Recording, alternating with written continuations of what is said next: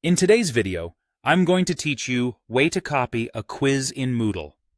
By the end, you'll know exactly how to duplicate an existing quiz within the same course, give it a clear name, and adjust its settings so it's ready for your next cohort or module.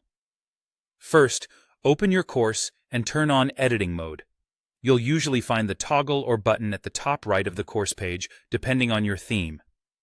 Make sure you have the right role and permissions in the course. Typically, teacher or manager access is required.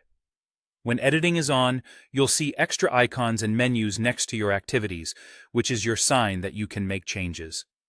Next, locate the quiz you want to copy. Move your mouse over the quiz name and click the three vertical dots, the menu icon sometimes called the vertical ellipsis, to open the Actions menu for that activity. This menu is specific to the quiz you selected, so double-check you're working on the correct one to avoid duplicating the wrong activity. Choose Duplicate from the menu. Moodle will immediately create an exact copy of the quiz in the same section of your course.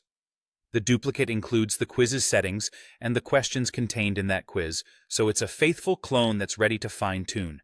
You should now see the new quiz appear directly beneath the original, which makes it easy to compare them side by side. To keep your course organized, rename the duplicate. Click the pencil icon next to the duplicate's title to edit it in line. Type a clear name that distinguishes it from the original, such as adding the week, date, or group, and press Enter to save the change.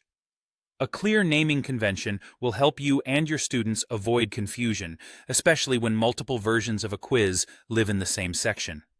If you need to adjust any settings on the duplicate, open the same three-dot menu and select Edit Settings.